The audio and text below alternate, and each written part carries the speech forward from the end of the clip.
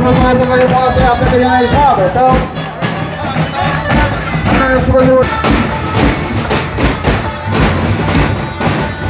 এখন আমাদের যে প্রসূতি মাইতি মহাশয়কে পুষ্পস্তক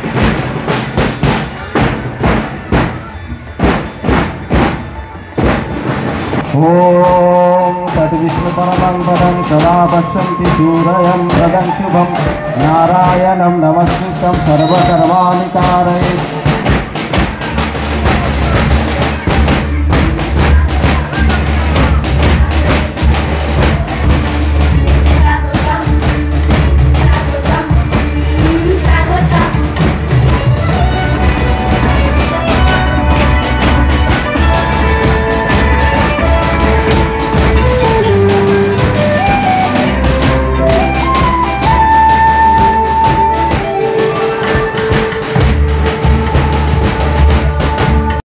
রাধে রাধে। আজকে সনাতন হিন্দুদের একটি অন্যতম বড় ধর্মীয় অনুষ্ঠান দোল পূর্ণিমা এবং হোলি উৎসবও বটে। সাথে সাথে বিশ্বকবি রবীন্দ্রনাথ ঠাকুরের স্মৃতি বিজড়িত এই বাংলার পুণ্যভূমিতে বসন্ত উৎসব পালিত হচ্ছে। অর্থাৎ ধর্মীয়, সামাজিক, সাংস্কৃতিক এক মেলবন্ধনের অপরূপ দিন হচ্ছে আজকে এই দোল পূর্ণিমার দিন। গতকাল হোলি দাহন,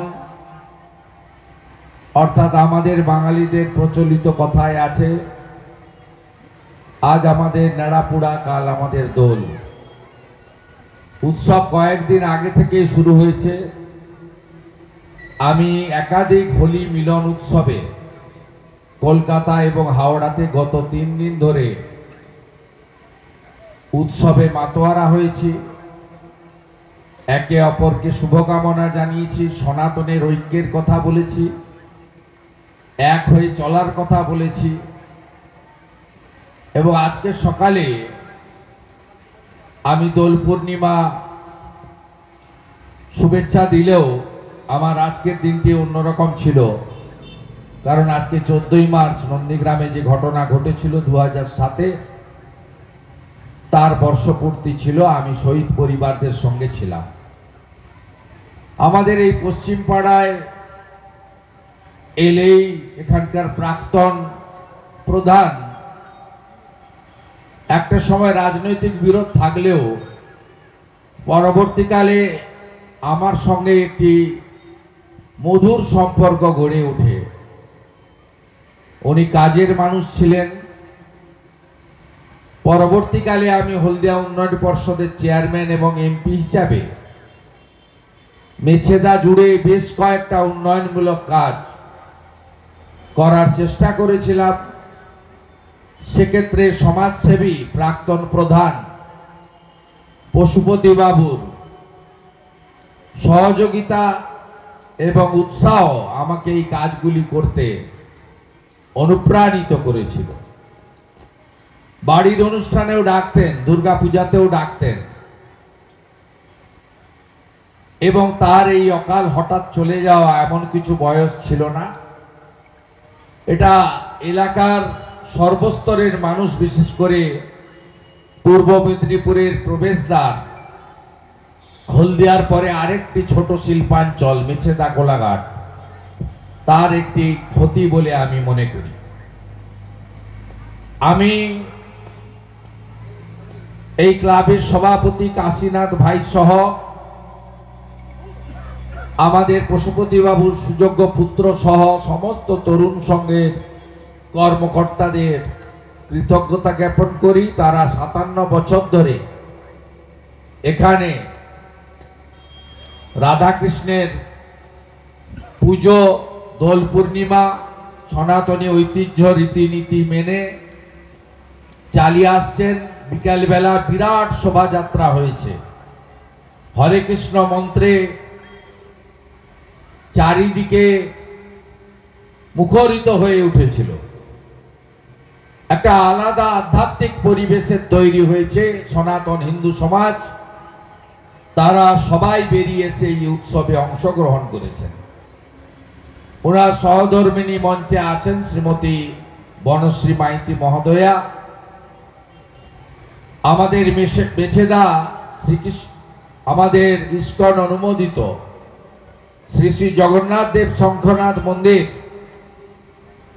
তার উদ্যোক্তা ব্যবস্থাপক গোবিন্দ প্রভু ছিলেন। তিনি এগিয়ে গেছেন। খানিক পরেই ওখানে রাধা মাধবের অভিষেকের কর্মসূচি আছে, আমিও যোগদান করব। হলদি চক মহাপ্রভুর মন্দির টাচ করে আমি ওখানে যাব। গোপাল প্রভুজি আছেন, তিনি সনাতনের প্রচার এবং গীতার মাহাত্ম্য, ভারতীয় সংস্কৃতি, সনাতন সংস্কৃতির প্রচার করেন। ভাই বামদেব আছেন, জেলা পরিষদ সদস্য, এই ব্লকের অন্যতম একজন, প্রশাসনিক কাজ সহ সমস্ত সামাজিক ধর্মীয় কাজে যিনি যুক্ত থাকেন। এবং কিছুদিন আগে ঠাকুর আমাদের নিগমানন্দ পরমহংস আঞ্চলিক সম্মেলন খারুইতে হয়েছিল, সেখানেও আমার অংশগ্রহণের সুযোগ হয়েছিল বামদেবের হাত ধরে।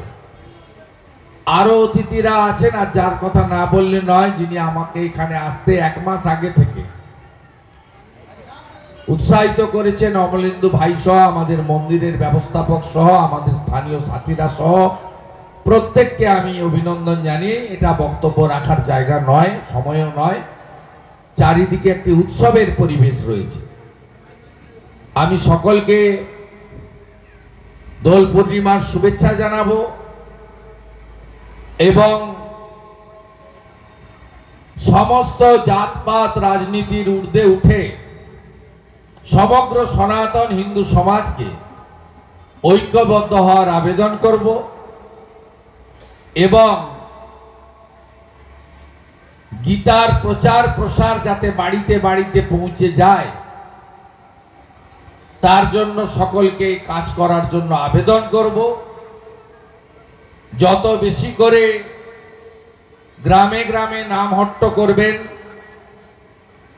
24 প্রহর, 48 প্রহর, 72 প্রহর করবেন, মা শীতলার সওয়াল করবেন, ভাগবত কথা করবেন, তত বেশি করে আমাদের সমাজ পবিত্রতা পাবে, দূষণের হাত থেকে রক্ষা পাবে এবং আমাদের সনাতন অক্ষয় অমর হয়ে থাকবে। আমরা এই রাজ্যে যখন প্রথম সেন্সাস হয় 1951, আমাদের হিন্দু জনসংখ্যা ছিল 85%। আজকে 67% আমাদের হিন্দু জনসংখ্যা নেমে এসেছে। হিন্দু জনসংখ্যা এবং হিন্দুদের একতা যদি না থাকেন, আগামী 20 বছর পরে এই সংখ্যা নামতে নামতে যখন 50-এর নিচে চলে যাবে, তখন আপনার আমার ধর্মীয় কাজ করার ক্ষেত্রে বা এই যে একটা হাজার হাজার বছরের যে আমাদের প্রথা, এগুলো কিন্তু আপনি সহজে করতে পারবেন না। এর প্রকৃষ্ট উদাহরণ বাংলাদেশ।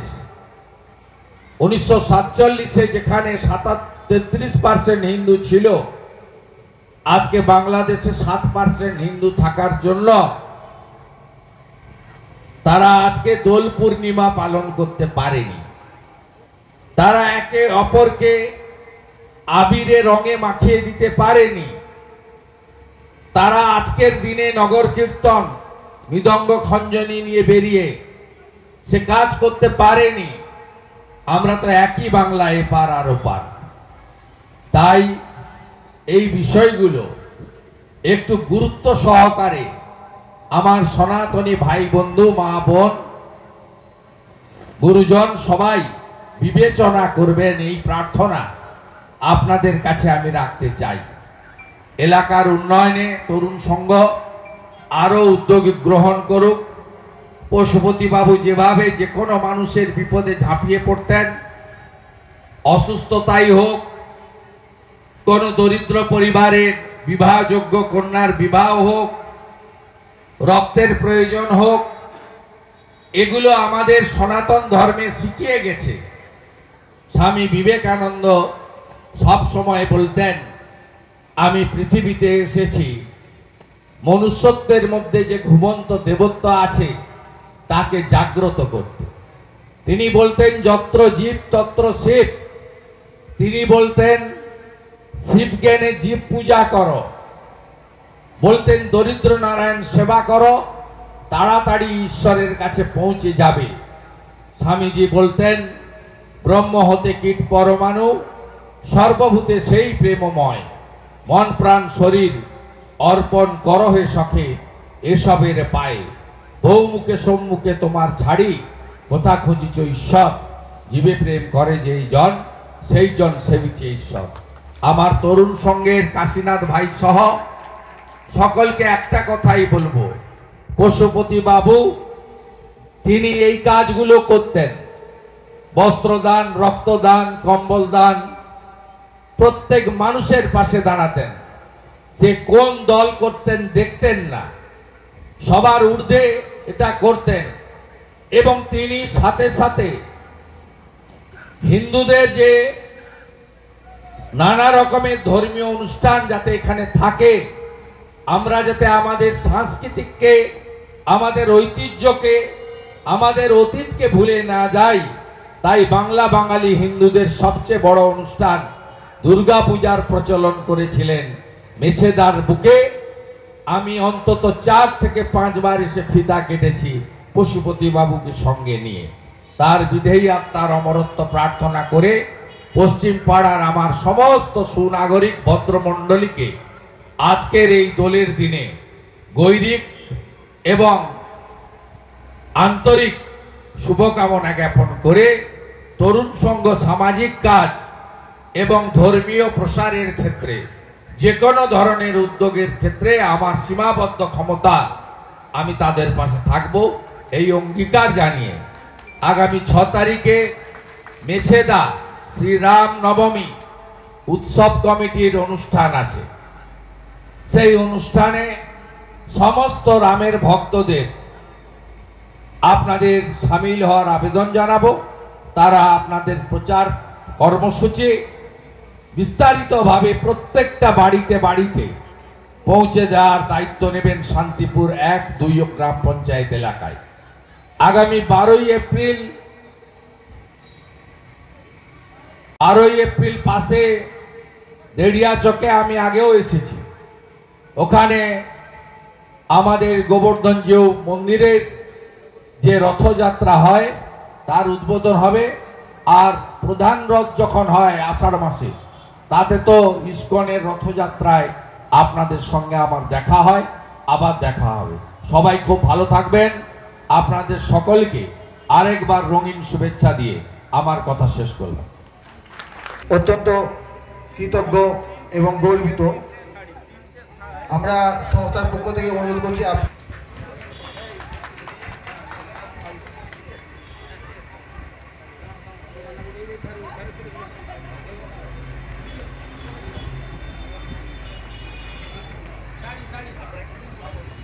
আমরা আর 4টে আমাদের শাড়ি একটু তুলে দিন, তারপর আমরা অনুষ্ঠানটাকে এগিয়ে নিয়ে যাব।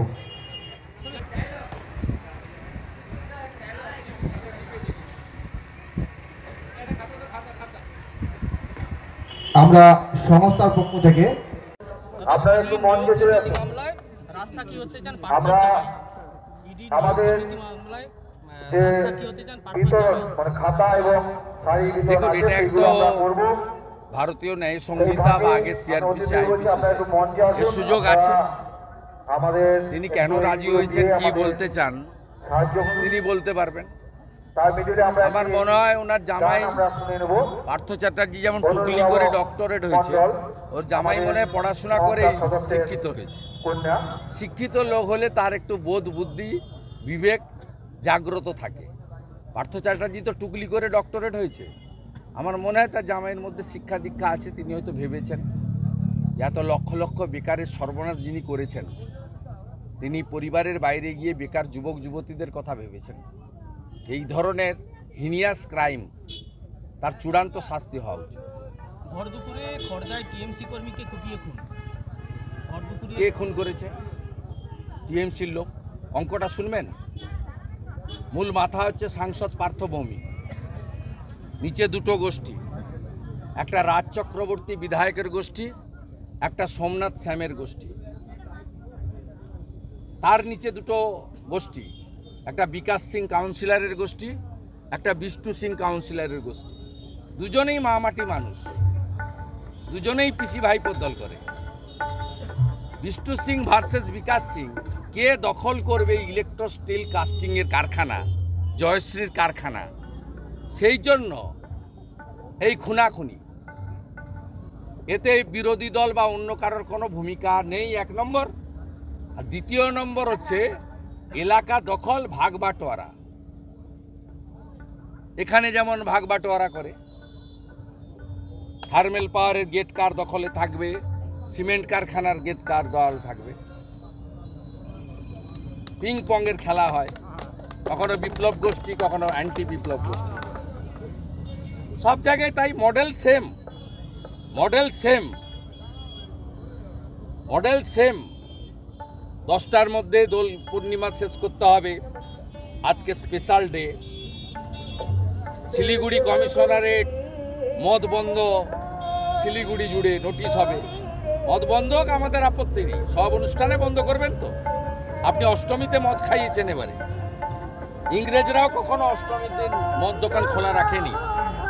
24 সালে প্রথম অষ্টমীর দিন মদ দোকান খোলা রেখেছেন। আপনার ঘাটালের এসডিপিও বলছে ডিজে বের করলেই সিজ করব। অন্য ধর্মের অনুষ্ঠানে যখন ডিজে বাজিয়ে রাস্তা অবরোধ চলবে, ধরবেন তো? দাদা হুমায়ুন কবির বলছেন, আপনি যদি মুর্শিদাবাদে যান সেখানে প্রতিরোধ হবে। কেন? আগে তো বলেছে ঠুস করে দিবে বিধানসভা গেটের মধ্যে। এখন তো আমি একা থাকা চেষ্টা করেছিল তো 21 সালে চেষ্টা করে